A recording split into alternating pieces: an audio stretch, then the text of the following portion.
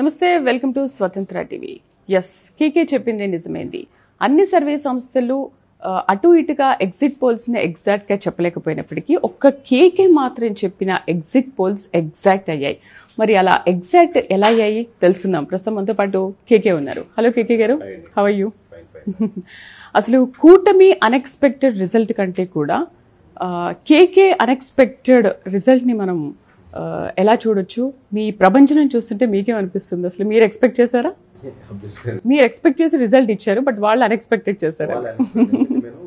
అన్ని ఎమోషన్స్ క్రోడీకరించి ఒక్కొక్క నియోజకవర్గాన్ని బాగా జల్లెడ పట్టి 4 లేయర్స్ లో మనం సర్వే కంప్లీట్ చేసుకుని ఒక్కొక్క నియోజకవర్గం చాలా జాగ్రత్తగా వెరిఫై చేసి ప్లస్ మన సింగిల్ నెంబర్ చెప్తానని చెప్పాం.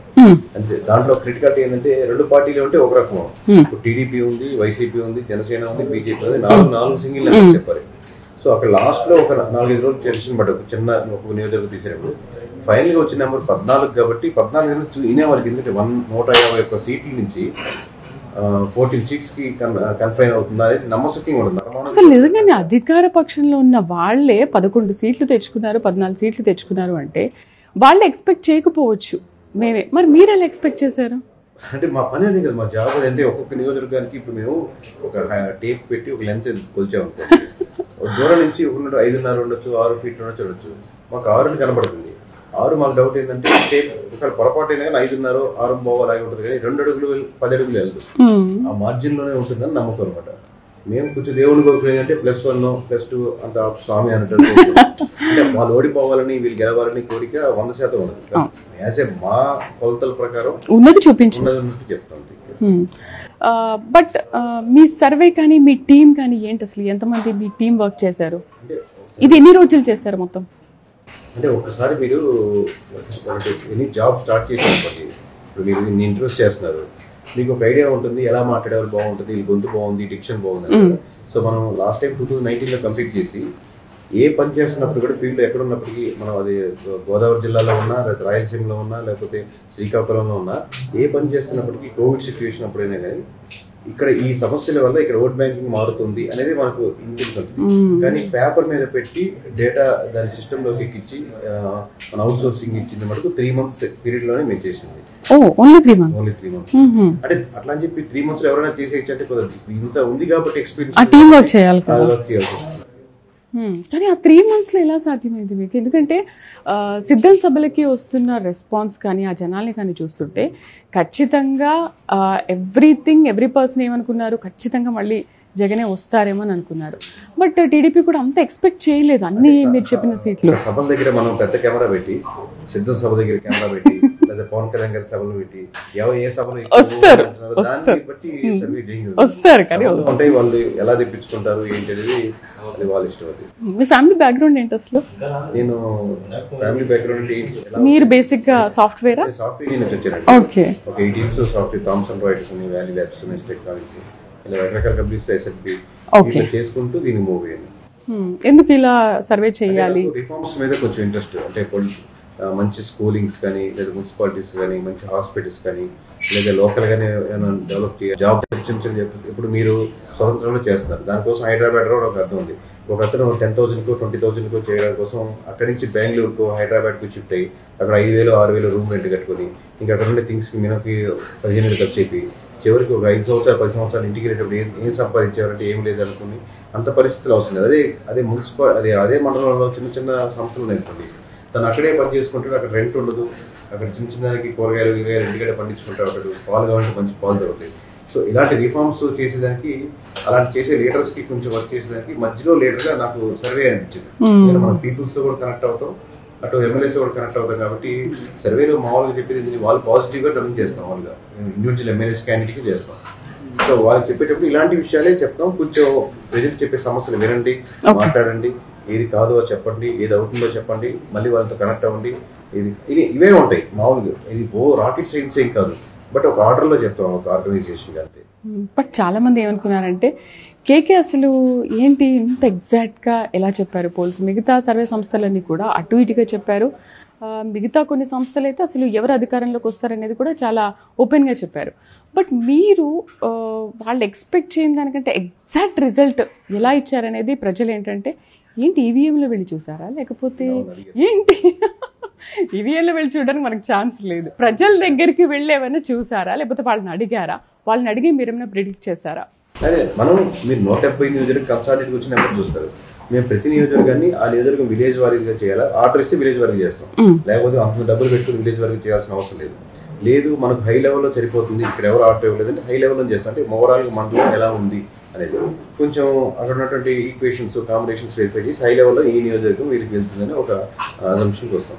అలా ప్రతి నియోజకవర్గం చేసుకుంటూ వస్తే ఆ ఎగ్జాక్ట్ నెంబర్ వస్తుంది. మీరు చెప్పినట్టు లాస్ట్ మూమెంట్ లో మేము ఒక 4-5 నియోజకవర్గాలు తీయాలా ఉంచాలన్న కాన్సెప్ట్ లో దాంట్లో తీయాల్సిన అవసరం లేదు, టైట్ ఫైట్ ఉంచేద్దాం అని చెప్పి ఇది టోటల్ గా 14 అని చెప్పారు అనమాట వాళ్ళు. కానీ టీం వర్క్ చాలా చేశారు, మీరు చాలా హార్డ్ వర్క్ చేశారు. అంటే మీరు దాంట్లో ప్రొఫెషన్ అయిపోయింది, హార్డ్ వర్క్ అనలేము మేడం. అది కొంచెం ఇప్పుడు మీరు అద్భుతంగా మాట్లాడుతున్నారు, రేపు పొద్దున వేరే అమ్మాయిని ఇలా మాట్లాడాలంటే ఫ్రీగా మాట్లాడదు, కానీ చాలా కష్టపడి మాట్లాడదు కదా, కొంచెం ప్యాషనేట్ గా ఉంటుంది. సో చాలా కష్టపడి మాట్లాడటం చేసామని దానికంటే కూడా మేము ఇష్టపడి చేసామని చెప్పచ్చు. బట్ జనసేన విషయంలో పక్కాగా అన్ని సీట్లు వస్తాయి, కానీ అధికార పార్టీకి అన్ని రావు అనేది అంత పక్కాగా మీరు చెప్పగలిగారు అని అంటే దాని వెనుకున్న రీజన్ ఏంటి? సేమ్ అదే కాదు, 21 out of 21 వస్తాయని వాళ్ళు కూడా ఎక్స్పెక్ట్ చేస్తారు నిజంగా. ప్లస్ ఆ రోజు నేను ప్రెస్ మీట్ లో చెప్పిన విధానానికి వాళ్ళు అలా నోట్ చేసుకుని అలా 21 వస్తాయి, కానీ వస్తారు అదే కానీ వినడానికి కేకే చెప్పాక ఇంకా బాగుంది అనుకున్నారు. బాగుంది, చెప్పే స్టైల్ బాగుంది, వినడానికి బాగుంది అంటారు చూడండి, అట్లా ఉంది. ప్లస్ ప్రతిపక్ష హోదా కూడా రాదు వైఎస్ఆర్సీపీకి అంటే ఏంటంటే ఆబ్వియస్లీ వైఎస్ఆర్సీపీ వాళ్ళకి చాలా హార్ష్ గా ఉంటుంది. ఎందుకంటే 151 సీట్లు వచ్చిన వాళ్ళు 18 సీట్ల లోపల అయిపోతారు అనేది అన్ఎక్స్పెక్టెడ్, జీర్ణించుకోలేరు వాళ్ళది. బట్ నెంబర్స్ చూస్తే అది రిజల్ట్ ఏంటంటే ప్రతిపక్ష హోదా రావాలని కోరుకోవాలి కదా. మీరు 14 లోపల కన్ఫైన్ అవుతుందని కనబడుతుంది, వీళ్ళు 20 పైన 21 వచ్చేదానికి కూడా ఆస్కారం కనబడుతుంది. దట్ మీన్స్ దట్ ప్రతిపక్ష హోదా కోల్పోతుందని అర్థం కదా. బట్ సంక్షేమ పథకాలు కానీ ఇంకోటి ఏదైనా కానీ మేము చేయడం వల్ల ఖచ్చితంగా మేము అధికారంలోకి వస్తామని వాళ్ళు చాలా ధీమాగా ఉన్నారు. ఒక టైంలో టీడీపీ కూడా అనుకుంది, ఏమో మరి ఇంత జనం వస్తున్నారు ఇంత చేస్తున్నారు అని అంటే ఖచ్చితంగా వాళ్ళే వస్తారేమో అనుకుని నిజంగా టీడీపీ కూడా ఒక టైంలో భయపడింది. ముందు ఇంత లేదు, 6 months ముందు కొద్ది కాన్ఫిడెన్స్ వచ్చింది. తర్వాత ఒక్కొక్క స్టెప్ కూటమి కట్టడం, అరెస్ట్ అవ్వడం, కాంబినేషన్ ఈక్వల్ అవ్వడం, ప్లస్ ఆల్రెడీ వైఎస్ఆర్సీపీ నుంచి ట్రావెల్ అవుతున్నటువంటి ఓట్ బ్యాంకింగ్ ఇలా అక్యుమిలేట్ అవ్వడం, మంచి క్యాండిడేట్స్ ని సెలక్షన్స్ లో కొంచెం అడ్వాంటేజ్ తీసుకోవడం, ఓవరాల్ గా ఆ కాన్ఫిడెన్స్ బిల్డప్ చేసి ఆ ఎడ్జ్ కూడా ఇంకా ఇప్పుడు మీరు 10,000-15,000 అనుకుని 20,000 దాకా గెలిపిన. నెక్స్ట్ మీ స్టెప్ ఏంటి అంటే నేషనల్ మీడియాకి ఏమైనా చేద్దాము, సర్వీస్ ని కొంచెం వేరే స్టేట్స్ కి ఎక్స్పాండ్ చేయాలి అనేది ఒకటి. ఇంకోటి ఒక పొలిటికల్ అకాడమీ అని ఒకటి స్టార్ట్ చేయాలనుకుంటున్నాను. చాలా మంది ఎమ్మెల్యే క్యాండిడేట్స్ వాళ్ళ పిల్లలు లేదా వాళ్ళ కొడుకులో కోడల్లో వీళ్ళ వరకు అబ్జర్వ్ చేస్తున్నప్పుడు వాళ్ళు సడన్ గా దిగేస్తున్నారు మాట్లాడాలి. ఇప్పుడు మీరు ఏమి మాట్లాడడం రాని వాళ్ళని టక్కన కెమెరా ఆన్ చేసి ఎక్స్ప్రెషన్ తెలియదు కదా.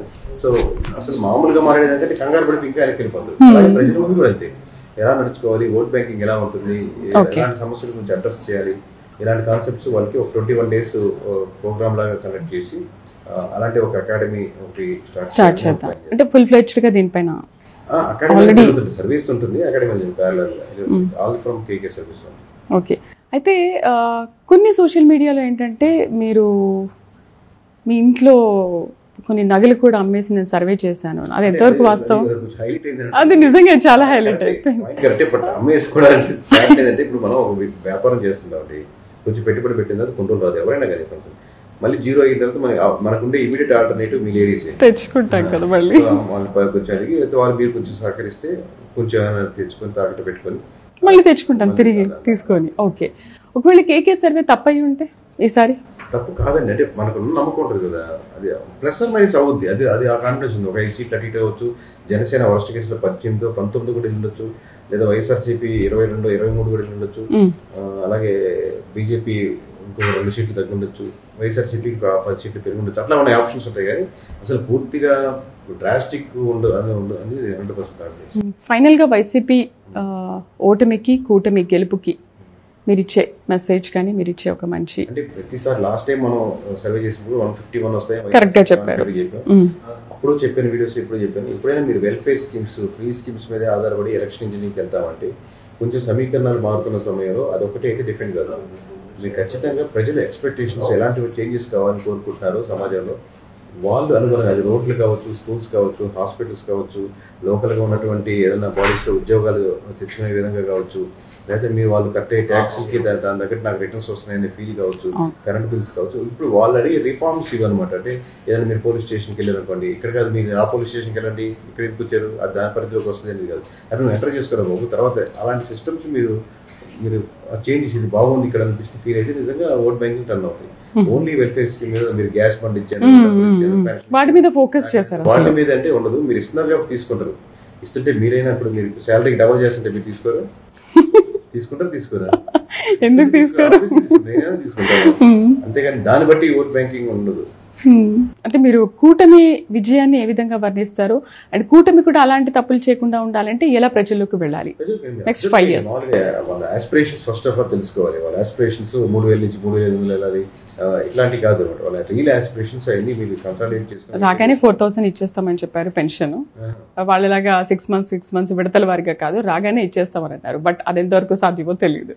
ఇవ్వచ్చు, ఇవ్వకపోవచ్చు. ఇస్తే తీసుకుంటారు, ఇవ్వకపోతే అంతే. ఇవ్వకపోతే అంటే మీరు ఇవ్వకపోయి అదర్ ఆల్టర్నేటివ్ దీంట్లో ఇవ్వలేకపోతున్నాను వాళ్ళు ఎక్స్ప్లెయిన్ చేసి వేరే ఆల్టర్నేటివ్ చూపించి దాంట్లో గొప్పగా చూపించాలి. మీరు ప్రజల జీవితాల్లో మార్పులు వస్తున్నాయి అనుకోండి, అప్పుడు క్యాస్ట్ కంటే ఈ మార్పు పైన ఉంది. ఇది లేదనుకోండి, అప్పుడు క్యాస్ట్ పరంగా ఎవడు రెడ్డి, ఎవడు కమ్మ, ఎవడు కాపు, ఎవడు బల్జ, ఈ ఓట్ బ్యాంకింగ్ మళ్ళీ ఇట్లే ఉంటాయి. అసలు పిఠాపురంలో ఎక్స్పెక్ట్ చేయని రిజల్ట్ వచ్చింది. ఎందుకంటే చాలా మంది 2 చోట్ల అప్పుడు పోటీ చేస్తేనే ఆయన రాలేదు. పిఠాపురంలో కూడా ఇంత ఎక్స్పెక్ట్ చేయలేదు ఆయన గెలుస్తారు. ఎందుకంటే వంగగీత కూడా అక్కడ స్ట్రాంగ్ పోటీ ఇచ్చారు కదా. ఏం లేదండి, మీరు పిఠాపురం 4 రోజులు పెరిగినా సరిపోద్ది. దానికి పెద్ద సర్వే కూడా. మీరు అక్కడ ఎన్ని రోజులు ఉన్నారు? మామూలుగా మాది టీం వర్క్ కదా, మేము ఎక్కువ రోజులు అని కాదు, అది క్లియర్ కట్ సీటు. పిఠాపురంలో మేము ఎవరికి సర్వే రిపోర్ట్ అవ్వడం తెలియదు. సో ఒక టీం ఒక 2 days స్పెండ్ చేస్తే సరిపోతుంది. టీం అంటే ఒక 10 మంది వెళ్ళి మనకు 2 days స్పెండ్ చేయడం చాలా ఎక్కువ శాంపుల్.